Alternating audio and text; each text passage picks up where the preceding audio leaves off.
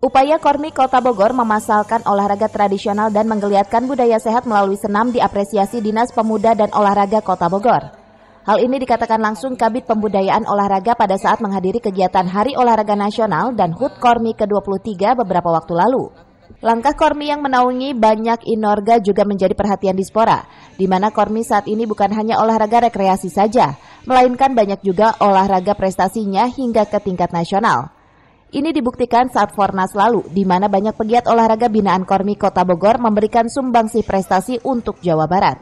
Senam kegiatannya juga ada, itu kegiatan olahraga persoci ya, olahraga. Nah itu kemudian juga ada olahraga tradisional, bisa dilihat semuanya. Nah ini untuk mengenalkan olahraga yang ada di masyarakat. Begitu banyak olahraga yang ada di masyarakat. Ini hanya baru sebagian kecil saja, ya. Jadi olahraga kita untuk kebugaran kita itu banyak sekali. Layang-layang juga itu termasuk olahraga itu, ya.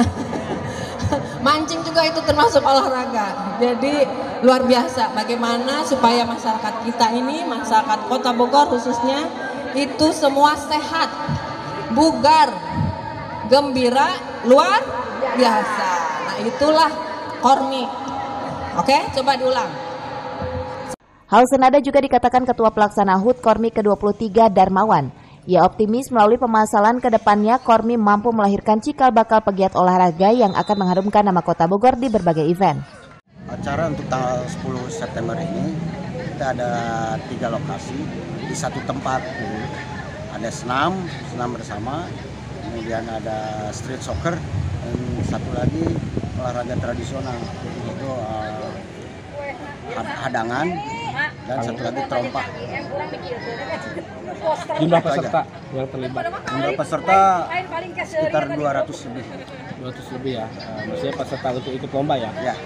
Tapi target terutama untuk masyarakat setempat, kemudian untuk warga Bogor nanti untuk selanjutnya ada event-event. Oh, jadi selain nanti ada event lagi ya? Ada. Masih ada ya? Sampai di akhir Desember berarti ya? Sampai November ya? Nah, ada event lagi berarti ya?